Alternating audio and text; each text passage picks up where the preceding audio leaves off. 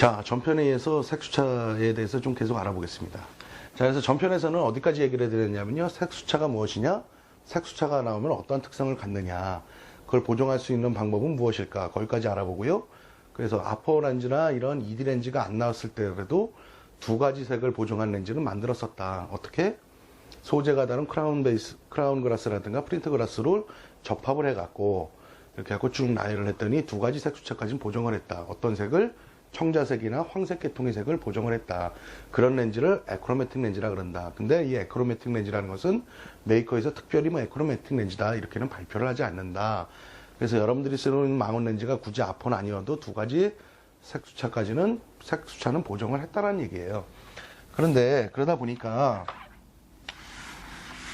이제 어떠한 거에서 아직까지도 중간 계통의 색은 보정을 못했다는 얘기죠. 세 가지 색이죠. 세 가지 색은 크게 뭐라 그러냐면요. 청록적이에요. 청색, 녹색, 적. 짧은 파장, 가장 긴 파장, 중간 파장까지 이거를 보정한 렌즈가 만들어지게 됩니다. 그 렌즈가 뭐냐 하면은 여러분들이 흔히 알고 있는 뭐 시그마에서 아포, 뭐 라이카에서 아포라고 그러죠. 그 다음에 니콘에서는 ED, 그 다음에 뭐 탐론에서 뭐라 그럴까요? LD. 이거는 뭐 미놀타라든가 라이카라든가 시그마라에서 많이 쓰는 거예요. 아포크로매틱의 약자입니다.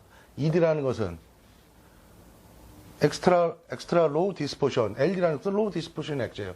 즉 렌즈의 분산율이 낮은 소재라는 얘기예요. 아까 뭐라 그랬습니까 제가? 색수차라는 것은 빛의 분산율 때문에 생긴다는 거예요. 짧은 파장, 청색 파장, 적색 파장의 파장이 짧고 길기 때문에 초점이 한 곳에 모이지 못해갖고 플랫한 사진이 만들어진다는 얘기였죠. 그래서 그걸 하려다 보니까 두 가지 색까지는 보정을 했어요. 저희가 크라운 글라스라든가 프린트 글라스는 소재를 다른 거로 접합을 해서 두 가지 색까지는 했는데 세 가지 색까지는 안 돼요.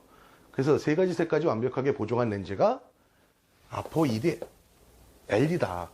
그건 뭐냐면 우리가 쓰는 크라운 글라스라든가 이런 유리보다 더 분산율이 낮은 유리를 써주겠다는 얘기예요.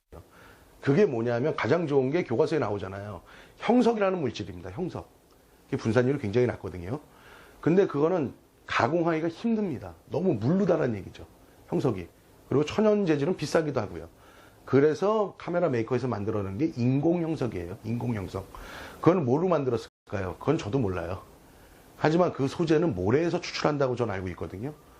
우리나라 모래가 그렇게 좋답니다. 거기서 많이 추출해갖고 일본에 수출을 많이 하는데 그거 사실은 수출을 해주면 안 됩니다. 저희 나라가 그거를 할 수 있는 기술을 개발을 하는 게 맞겠지요. 그게 맞는지 틀린지 모르겠지만 거의 맞을 겁니다. 제가 지금 드리는 말씀이. 그래서 이런 분산율이 낮은 거를 소재를 쓴다게 형석이다. 그걸 한 장이나 두 장 또는 설계에 따라서 네 장, 다섯 장을 넣게 되는 거죠. 그래갖고 아까 말씀드린 대로 청색, 녹색, 적색까지 파장을 다 분산율을 다 낮게 해줘갖고 보정을 해준 렌즈가 우리가 흔히 말하는 아포 ED LD라는 렌즈예요. 자, 여러분 여기서 유념할 게 하나 있습니다. 제가 오늘 왜 색수차에 대해서 좀 더 계속 글라스 얘기 이런 것도 사실 뭐 사진하는데 뭐 광학자가 아니면 알고 있을 필요는 없는 거예요. 설계하는 사람들만이 알면 되는 건데 제가 왜 이런 얘기를 해드리냐 하면은 여러분들이 제가 한번 색수차에 대해서 저희한테 질문이 올라오고 그래서 야 그러면 다르게 해주는 사람은 어떻게 써줬을까 어떠한 지식을 줬을까 해갖고 알아봤더니 어떻게 나왔는지 아세요? 색수차를 보정할 수 있는 방법 중에 뭐가 있는지 아세요?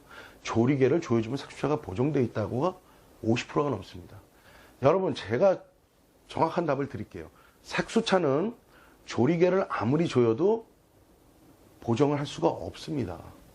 굴절율이 아니라 빛의 분산율 때문에 그래요. 파장은 우리가 조리개를 조인다고 될 수 있는 문제가 아니에요.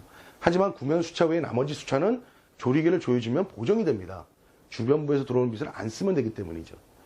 다시 한번 말씀드릴게요. 색수차는 조리개를 조여갖고 절대로 보정되지 않습니다. 그러면 색수차를 보정하려면 어떻게 되느냐? 색수차를 보정한 렌즈를 사서 써야 된다는 얘기예요. 그게 뭐다? 아포 ED LD라는 렌즈다. 그래서 우리가 카탈로그를 이렇게 보면은 야 여기 ED 글라스 몇 장 들어가 있습니다. 아포에서 뭐 아포 렌즈 몇 장 들어가 있습니다. LD 메뉴 캐논에서는 그냥 L 렌즈라 그러죠. 이게 이제 럭셔리의 약자인데 고급 렌즈라는 뜻이에요. 여기에는 L 렌즈에는 아스피리칼 렌즈, 그러니까 즉 비구면 렌즈를 넣은 게 있고 이런 ED 렌즈 것처럼 형석 계통의 렌즈를 넣은 것도 있어요. 근데 캐논에서는 L렌즈로 통합을 해서 불러요. 색수차는 망원 계통과 고배율 줌 렌즈에서 많이 발생을 한다라는 얘기예요. 그래서 그렇다면 아포나 ED나 이런 렌즈를 쓰면 색수차가 보정되어 있느냐?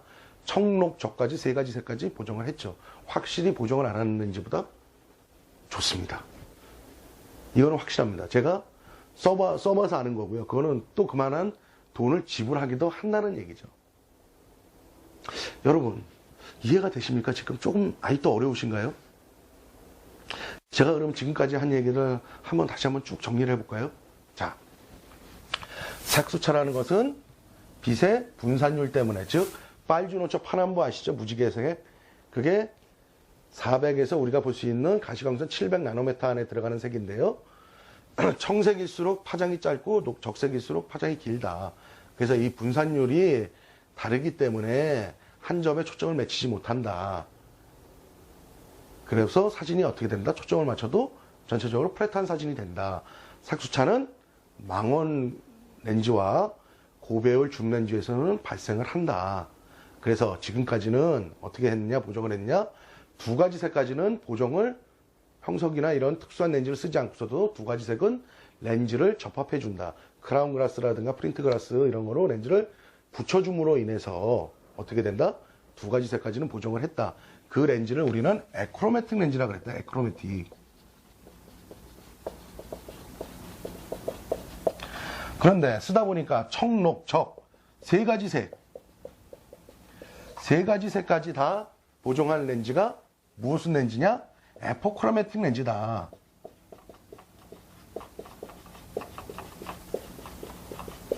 이거를 우리는 뭐라고 표시를 한다? 라이카나 시그마나 이런 데서는 아포, 니콘에서는 ED, 탐론에서는 LD, 캐논에서는 L렌즈 그룹에 속해 있다. 자, 이거는 뭐냐? 세 가지 색까지 보정을 해주려니까 분산율이 낮은 글라스를 넣는다.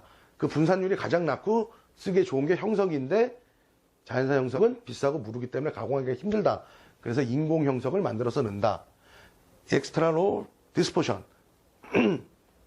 분산율이 낮은 렌즈라는 뜻이다. 이래서 3색 수차까지 보정했다. 확실히 보정한 렌즈가 샤프니라든가 이런 초점이라든가 이런 선회도가 월등히 좋다.